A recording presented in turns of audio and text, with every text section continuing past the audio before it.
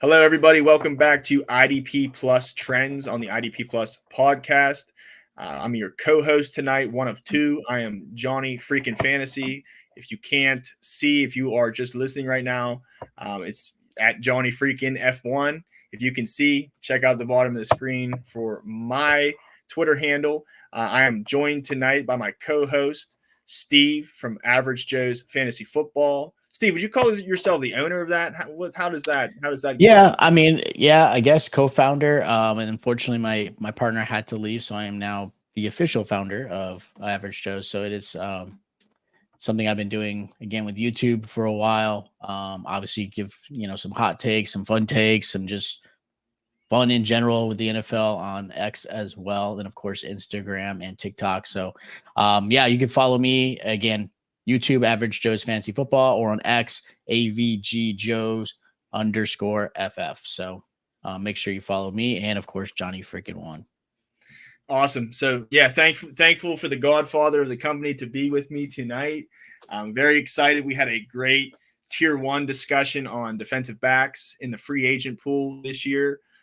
Hopefully we're going to run it back for a good tier 2. The names might not be, as fruitful, but at the same time, there's value to be had. And, I had an option here to do one tier for defensive backs. Granted, it's early, it's February. We're talking about next season, 2024. We're even talking about further than that because we're looking at a dynasty perspective, right? But I mean, we're in a good time here, man. I mean, there's not too much research you can do in fantasy football. We're here helping you grind away for next season. There's a lot of guys that I wanted to include on tier 1 that I just couldn't.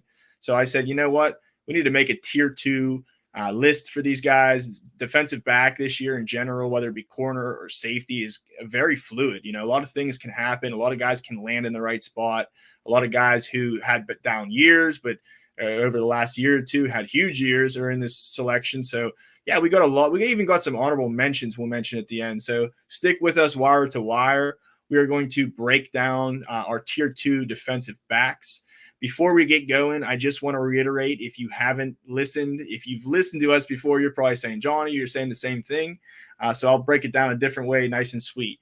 If you are looking for a trophy for anything, for a global event, for work, for your kids' flag football seasons, they won a championship, go to Trophy Smack. Check those guys out. They got a good selection of trophies, belts. You can get things inscribed on them. You can get rings. And actually, as a matter of fact, when you use the code IDP, guys, when you check out, when you buy a trophy or a belt, you get a free ring. So use the promo code IDP, guys, to get that free trophy.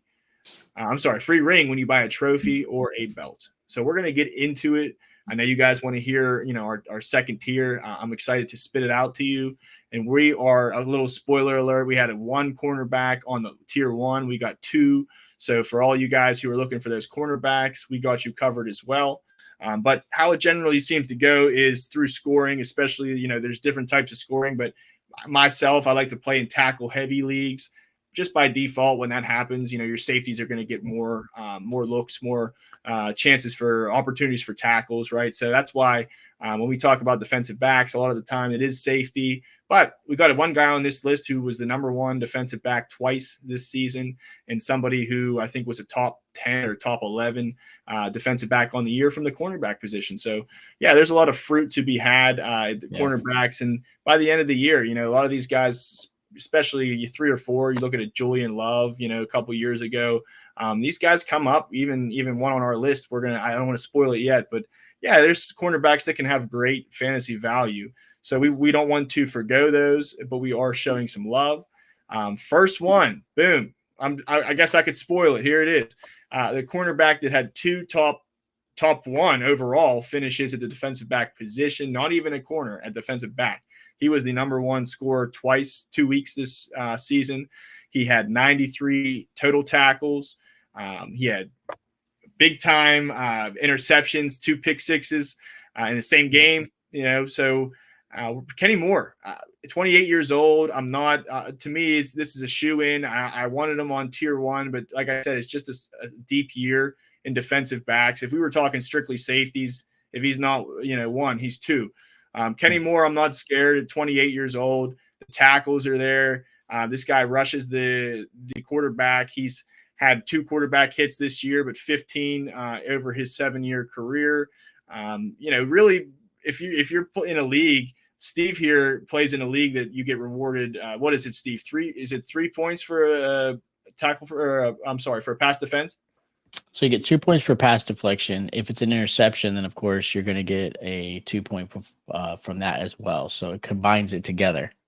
Okay. So you get a 4-point play out of that if it's an interception, because it also qualifies as a pass deflection. Very good. So Kenny Moore also had 2 pass deflections, add a couple points to that scoring count. He's had 32 career tackles for losses, 8 this year. And really another number that sticks out when we talk about Kenny Moore, usually corners, they're not somebody who's really getting at the quarterback too much, but he, over his 7 years, does have 9.5 tackles, 1.5 this year. He had 1.5 sacks this year. He had 1 sack the year before, another sack in 2021. And I just want to say, before I hand it over on Kenny Moore to Steve, we talked about the year he had this year, right? The 93 tackles, 8 tackles for loss, 2 pick sixes. Really, if now you might put a caveat on that and say, he had to get 2 pick sixes to, finish this high, get that many points. Hey, it happened. He was there, right? That's part of being a corner. That's part of being an instinctive football player. Yep. But I want to make a case in point. You can say Kenny Moore, he had 2 pick sixes all you want, but really 2021, 2 years ago, he had even more fantasy points. He had 102 tackles with 6 tackles for loss. He had 3 picks this year, but in 2021, he actually had more. He had 4. So this is somebody who just really is all over the field, a walking bomb, I like to call him. At the end of the year, he kind of did fizzle out. He had a couple flat lines for us, and don't let that rub you the wrong way, though. I still think when we talk about dynasty corners, this is definitely a top 5 guy. The only downfall is last year. Maybe you're looking at it and you're saying, he had a down year. True, but at the same time, he only played 12 games, and he still had half the points as he did this year. So not to say it would be, his career year, probably would have been a little bit lesser than this year in 2021. But yeah, Kenny Moore, man, I really hope he stays there. I think it's a really good situation for him there. I think he was an undrafted guy, and players really like him. Like Zaire Franklin really likes him. The locker room likes him. I think, this is a guy that Indy can't let go. What do you think, Steve, about Kenny Moore? Yeah, I think Indy does keep him. They've got plenty of cap space to make that happen. Kenny Moore is one of my favorite cornerbacks. He's all over the place. Like you mentioned, 9.5 sacks. He has 32 tackles for a loss in the career. I mean, he missed obviously the previous season in 2022. He missed some time, but he's a very consistent player. He plays very well. He can tackle, one of the best tackling corners in the game. I mean, the fact that you're getting almost 100 tackles, or if not more than that, from your cornerback says a lot, right? Like, he's able to get all over the place. He's not afraid to get down and dirty. You see some of these cornerbacks kind of jump away, right? Making those money decisions, right? Mm-hmm. Trying to save their legs or something like that. But he does not. He goes after these guys.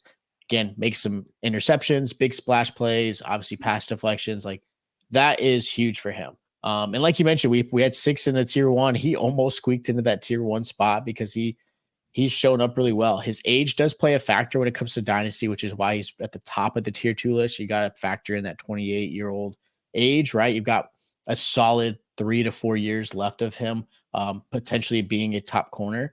And I do, again, expect Indy to have him and keep him. He's a great locker room guy, like you mentioned. And of course, somebody that, again, adds value for that defense. He helps stop the run. He helps make some big plays. He should be in your lineup. I think he had finished, and again, because he had a really amazing game for those 2 touchdowns, he finished top 20 as far as defensive backs overall.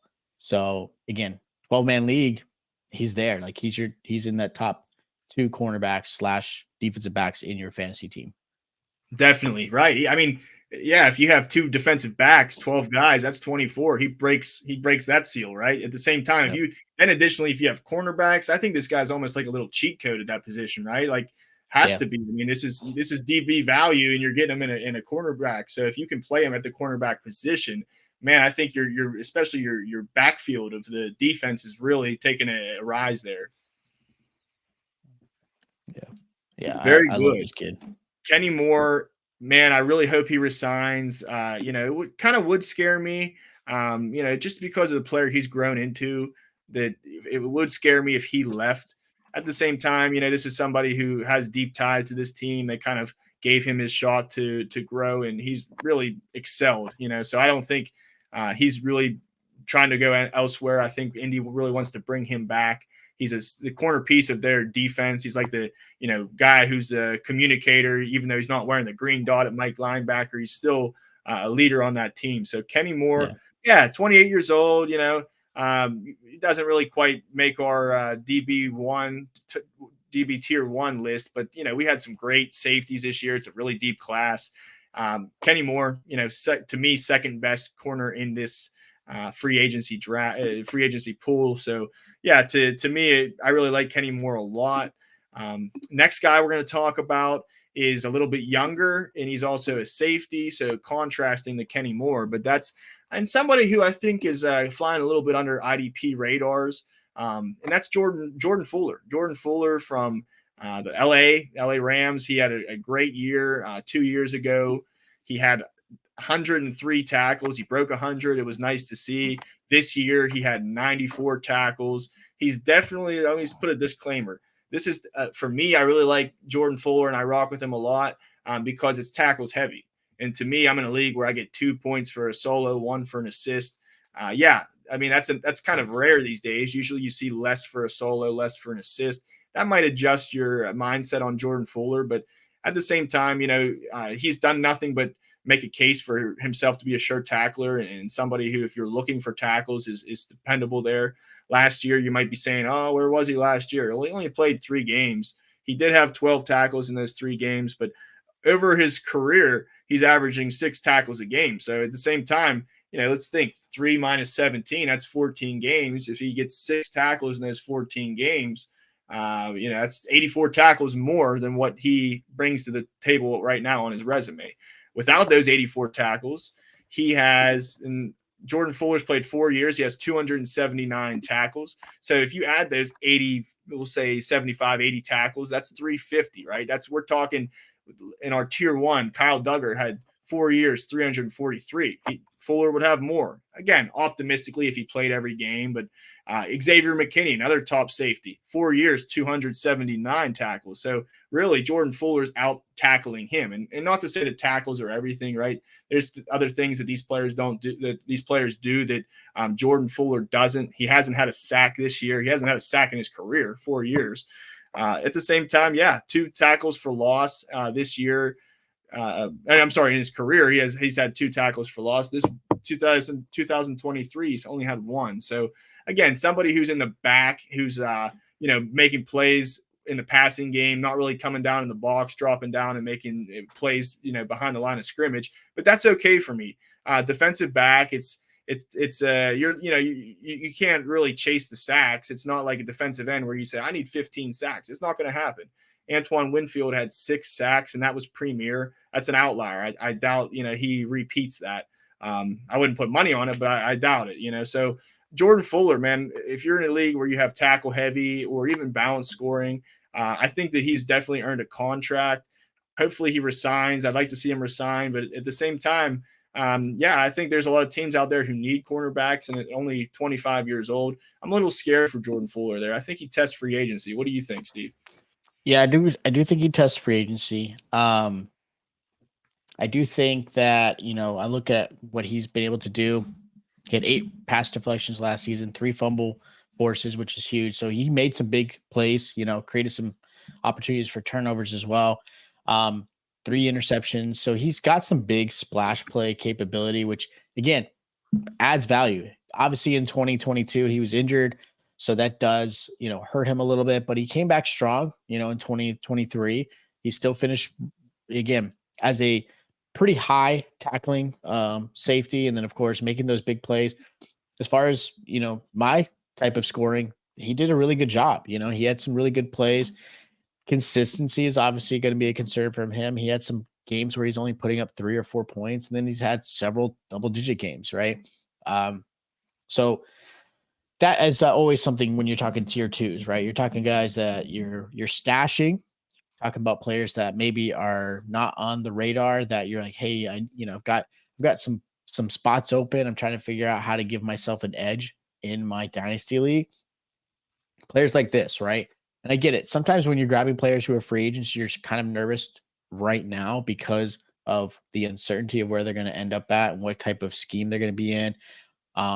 But when you see these guys, if you have the spots open and you're listening to this, just grab them. You can always drop them, but Yeah. stash them when you can. Put them on your team. I know these are tier 2 guys, but these tier 2 guys could be tier 1. Some of these guys on this list are due to injury, right? You've had some injuries concerns, and you're like, well, I'm not sure how I want to play them out. I'm still putting him on my roster if I can, because if he goes to a team that fully invests in him, he's going to be a starter and perform pretty well. And that's true. I mean, it doesn't have to be a re-sign for him to get this value, right? I mean, he's young. He's only 25 years old, right? 20, is it 25, 26? 25 years old for Jordan Fuller. I think if he goes somewhere else, he's definitely earned looks. Other teams are checking him out. And I definitely think if he goes somewhere, maybe there's like a new, tap into his potential. Maybe he starts getting closer to the box, right? Making tackles for loss. Don't think it's a guarantee. This might be the type of player that he is, but yeah, he's a good prospect coming out of college, and I think he's done well in his first couple years. And if he wants to test free agency and chase the bag, I think it could be a good thing. Keep in mind the grass isn't always greener. Sometimes you go somewhere and it really fizzles for you.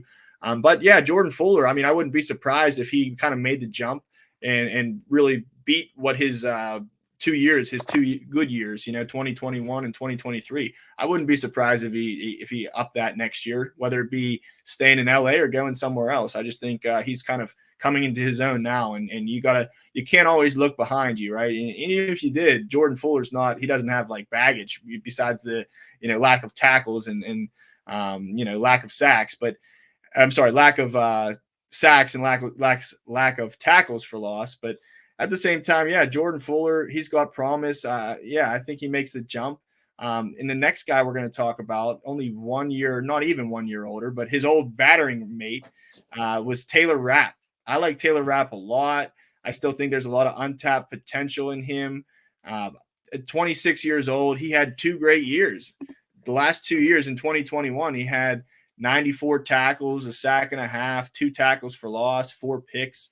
Last year, 2022, as a starter, he only played 16. He missed one, but he also had 92 tackles, 2 tackles for loss, 2 picks. Somebody who kind of does it all. It's not just you might look at him and say he didn't get as many tackles as Jordan Fuller. True, but he also did things that Jordan Fuller didn't do, right? He had the picks, he had the sacks, kind of what Fuller's lacking. So I think they complemented each other well. I like that duo. I actually have them both in leagues. Taylor Rapp, of course, did not get a starting job this year in 2023. He is a Buffalo Bill, right? He was a backup. I do think there's questions here, and this could be that he is a backup. They re-sign him. Maybe they also have Jordan Poyer. That's going to be an interesting factor in Taylor Rapp to see if he comes back, whether it be, as a Bill or any other team. He might retire straight up. So Taylor Rapp, yeah, definitely has intrigue, even though he wasn't a starter this year. I think the 4 games that he did start, he averaged like 6 or 7 tackles. So, yeah, he's back on the map. To me, all he needs now is a starting gig. And I think all they have in Buffalo is Damar Hamlin. I think he has 1 more year on his rookie deal.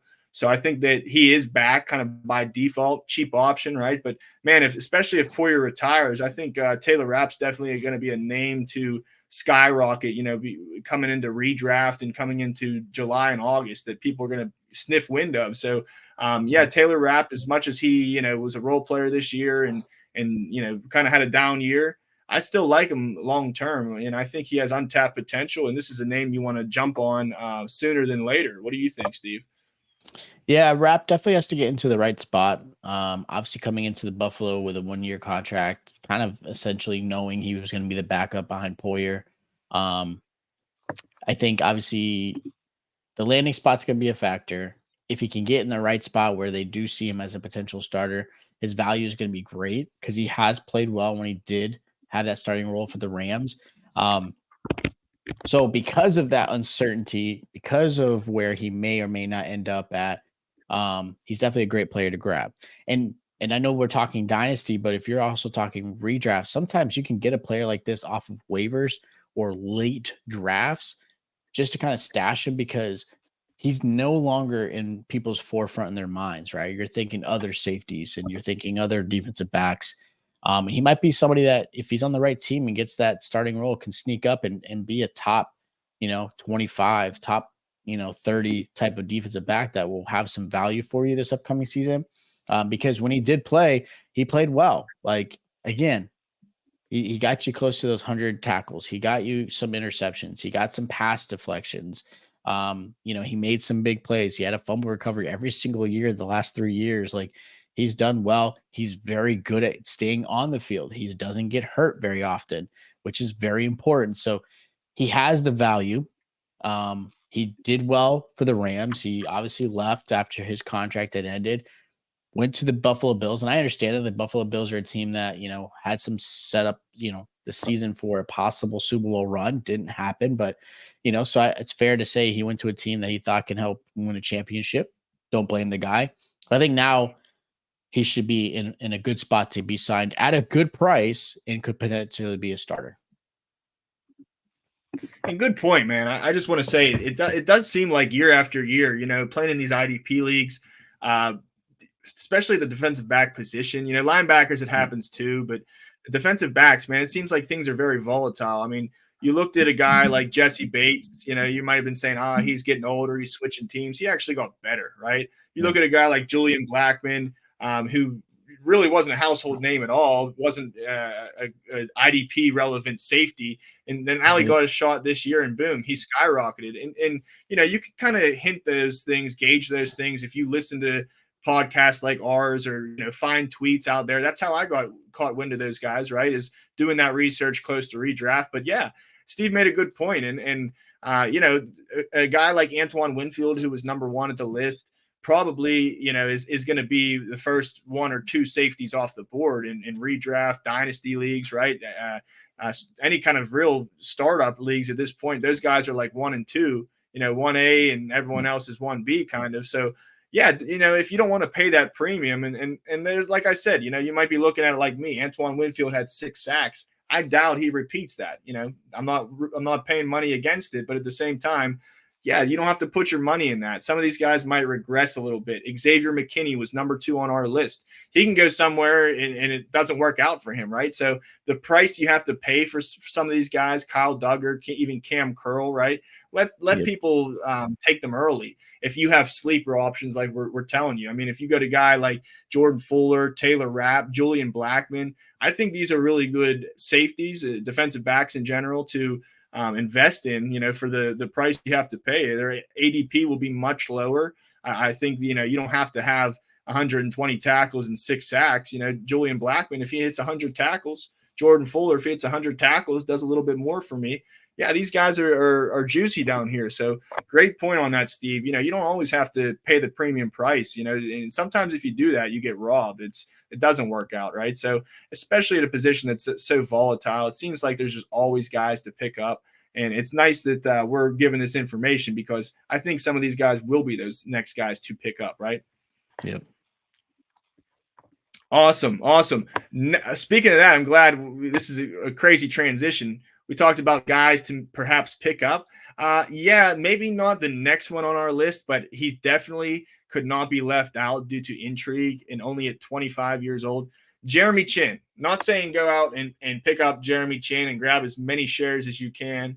I don't think that's the case. I think people are right now, they have a really bad taste in their mouth with Jeremy Chinn. Nobody really wants to touch him. He's probably on waivers in your league unless you're a super deep IDP dynasty league. Jeremy Chinn, though, to me, I would be the guy holding on to him because I do still see potential in him. We're talking about a guy who came in as a rookie. He had 117, boom, Antoine Winfield numbers, 117 combined tackles. He did only have 1 sack compared to Winfield's 6, right? But 2 defensive touchdowns. I think that was in the same game, right? Those 2 defensive touchdowns his rookie year. He had a couple tackles for loss, 5 quarterback hits. So he was really doing it all.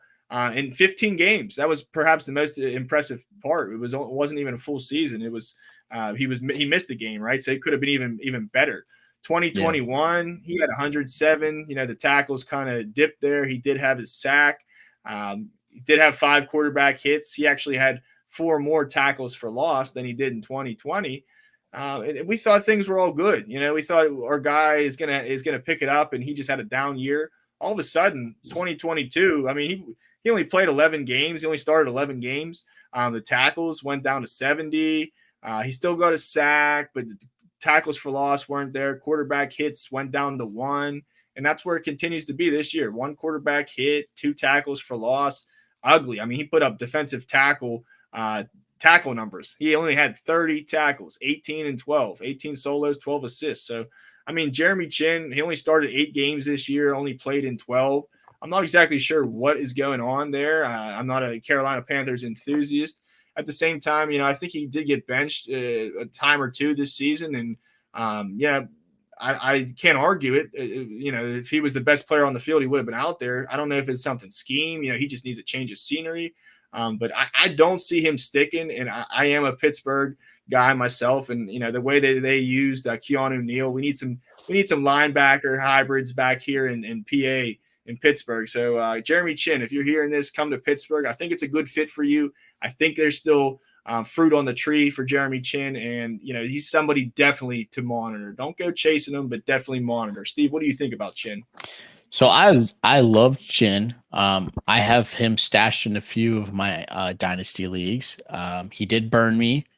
He's had some injuries, 2022, 2023. He had some injuries.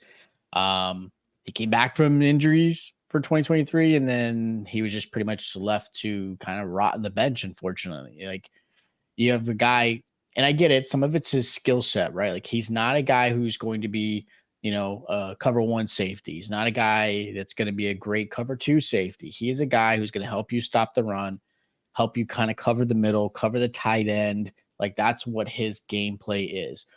So scheme-wise, can play a factor in what I think ended up happening with Jeremy. Obviously, the injuries are a concern, but I think the scheme just didn't match his gameplay because he is essentially a hybrid linebacker / defensive back. Like, that's the game that he can do. He's not going to wow you with interceptions. He's not going to wow you with, a bunch of big plays, pass deflections. He's done okay. He does get that sack. He does try to get, some tackles for a loss, but nothing super crazy. So, like you mentioned, I'm not saying go out and grab him. You don't have to have him on your team. He's probably going to sit on waivers all off season and well into the season, unless he has a crazy September. But he is a player that I think both, Johnny and I have kind of talked about prior to recording this and talking about it. We both had some high hopes, and we still kind of do. Like, I'm not letting him go unless I absolutely need a spot open, because I still believe in what his capability is. He's just got to go to the right team. Definitely, man. And I mean, it's twofold, because you see what he could do. You see what he did his first year, especially really the first 2 years, right? And then, I mean, look at it this year. Even if they weren't going to use him at safety, I mean, they had Shaq Thompson that was injured. That was like the bread and butter linebacker. Really had nobody else, was just piecing it together. I mean, I don't know why they just didn't let him have a crack at that. I don't know if that's a tribute to a skill set, or I don't know what's going on there. But yeah, that was a little bit discouraging. But at the same time, there's definitely untapped potential. And hopefully he goes somewhere, gets a change of scenery. That might be all he needs to spark it up. And hopefully, he finds that Dan Quinn that we were talking about in tier 1, right? Hopefully he finds that coach, gets the best out of him, that can, flip the switch and make us proud on what we talked about with Jeremy Chinn. But yeah, definitely keep an eye on him. Potential's too high to just simply write off. Age is there. Second round draft capital. Like, you got to keep second rounder, right? Yeah. So there's a good side of the penny to Jeremy Chinn, and I'm willing to flip that penny. Going on to our next guy, we got another safety here, and I'm just gonna give a prelude by saying I went to not the same high school, but we actually were in the same conference as this guy, Jordan Whitehead. He actually, if you know Jordan Whitehead, he's a Pittsburgh guy. And fun fact about me, I was a kicker for my high school. I want to say this, kicker for my high school, right? I think I had 25 points. I outscored Jordan Whitehead by 2 points his sophomore year at high school. So, yeah, I think the next 2 years probably he would have blew me out of the water if I had to look. But, yeah, Jordan Whitehead, I got that on you. But you got IDP relevance on me. Jordan Whitehead, man, I mean, 26 years old. He's only missed 6 games out of the 99, career games. He only missed 6 of them. He's kind of an Iron Man.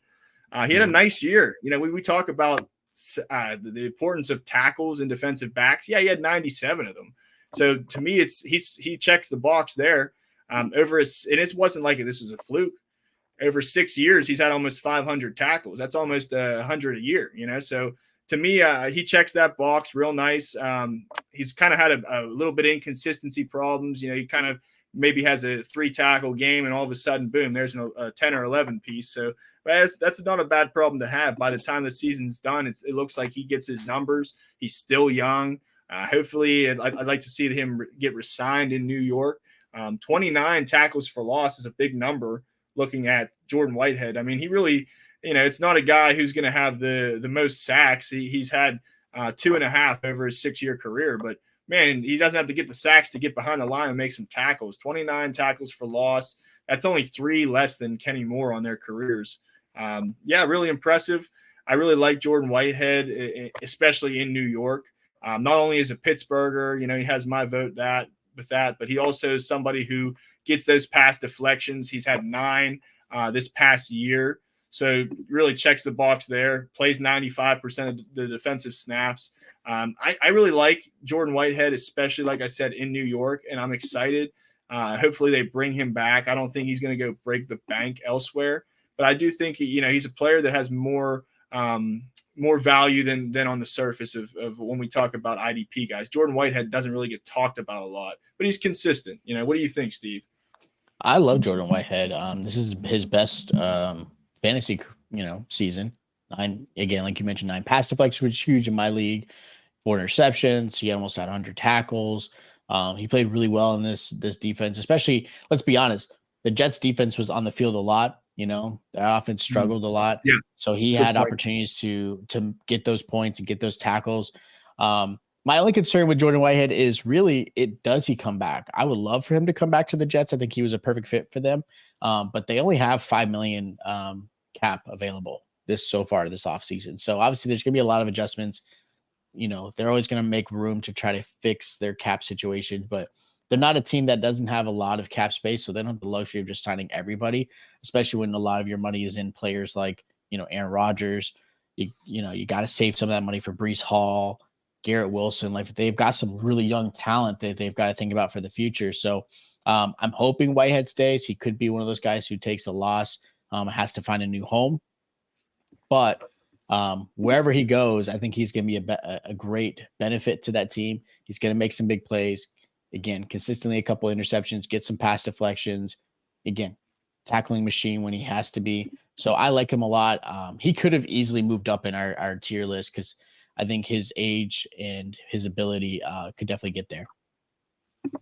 Definitely. I wouldn't be surprised if Jordan Whitehead, this is a career year for him, but I wouldn't be surprised if he even topped that. I do see room for growth as far as, the tackles. I think maybe he could even have better numbers. And, it's not like this is somebody who came out of nowhere and only had 50 tackles and then close to 100. I mean, last year, 2022, he had 89 tackles, right? The picks, I mean, that's another thing too. If you're in a league that has heavy interceptions, over the last 3 years, he's had 8 of them. That's pretty incredible. So Jordan Whitehead, I definitely think that he's underappreciated. He deserves more flowers. And I'm rooting for the kid. I like him a lot. Hometown guy. Jordan Whitehead, I think, is a good safety here, both in real life and in fantasy. Boom, another guy. Nobody's going to be drafting this guy, especially if you're in a deep or a shallow league. So Jordan Whitehead is a great guy. If you want to, money in the bank week 1, get you a solid 8 to 10, see where it goes until you find that Cameron Bynum, until you find that Metellus, right? Just at this position, it's fine to just use these guys as a stopgap, not invest too much in them, and you might get lucky and find the next like Cam Curl, right? The next big name. So Jordan Whitehead is definitely somebody who should be drafted and utilized because they kind of do it all, right? And yeah, I like him a lot. I'm with you on that. And finally, our last guy, we're going to move into, here's the second cornerback. When we talked about this, I wasn't going to include him, but Steve, he really wanted to include this guy. And I know him. He's good. He's a good cornerback. Gets tackles. He gets tackles for loss. He kind of does it all. Maybe winding down his career a little bit at 28. Maybe, was a reason why he was our last guy in. But especially if you're in a quarterback necessary league, Chidobe Awuzie from Cincinnati. Steve, what made you really put your neck out for this guy? Part of it is like, I think having to mention adding another cornerback, because obviously most IDP, you're probably just doing a defensive back league where you can mix them up. And obviously safety is the dominant player in that defensive back position. But if you're needing a cornerback, I wanted to add one last corner into this list. He's no Kenny Moore. He's not going to be a tackling machine. He's not that type of player. But where he does add value is defensive, pass deflections. He's been interceptions. He does get some tackles. Now he's dealt with some injuries. And like you mentioned, he's 28 years old, which is going to be a concern. I don't know if he gets re-signed by the Bengals because they do like their younger talent that they have brought in. So he could be a guy looking on the outside.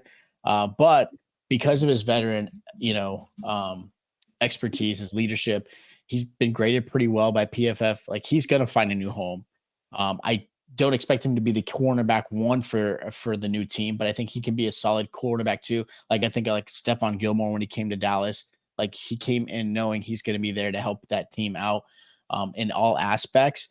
But Awuzie, when he is healthy, does do a pretty good job. He's going to be a 60 tackle type of guy. He's going to get you 3 to 5 interceptions, and he's going to get you in those double-digit pass deflections. And again, if you're getting points for that, that is huge. That's going to get you into a good amount of points. Like in 2021, he had 14 pass deflections. That is 28 fantasy points right there alone.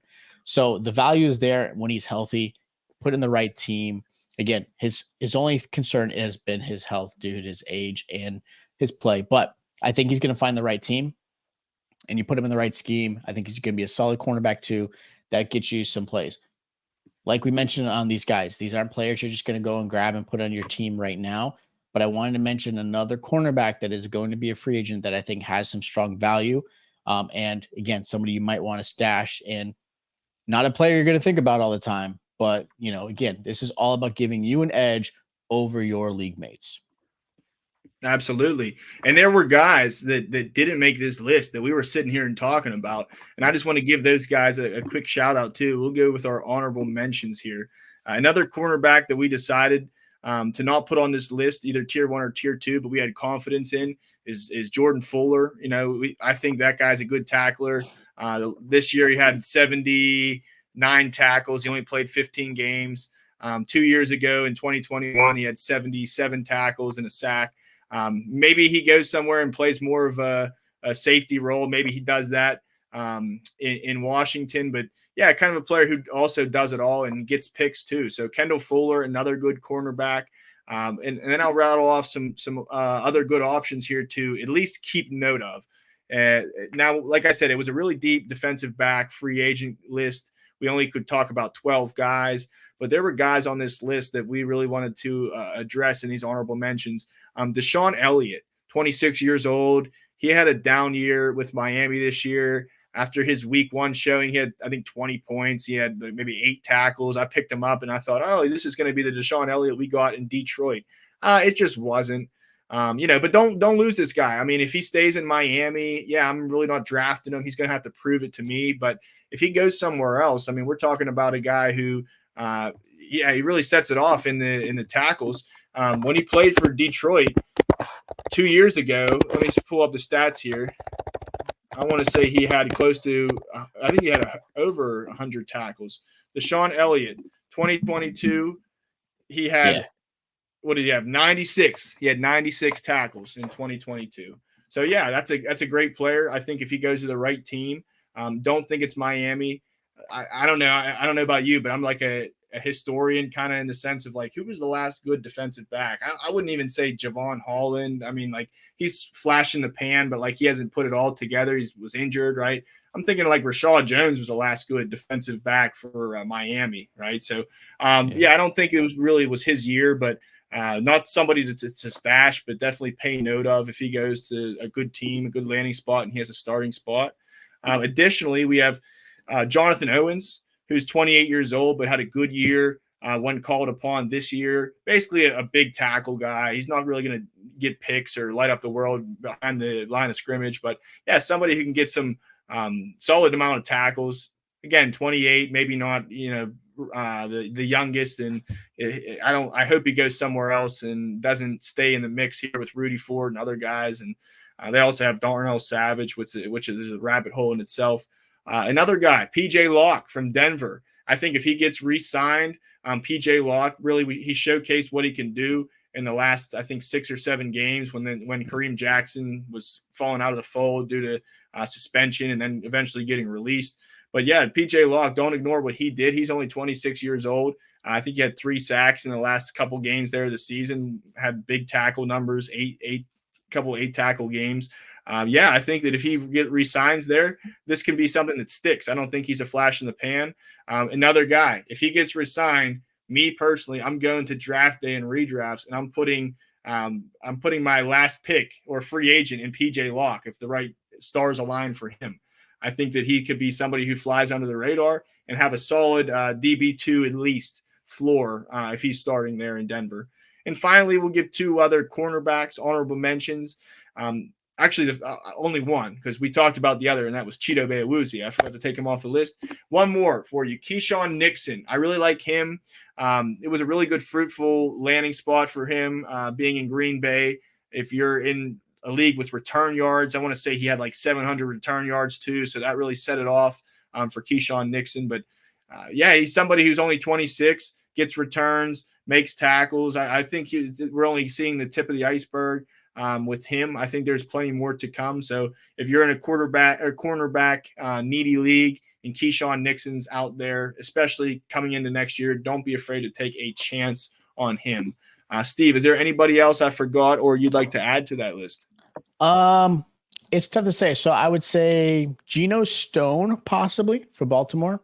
I thought he had a good season. Now, granted, his fantasy season was great due to 7 interceptions, so you can't always rely on interceptions.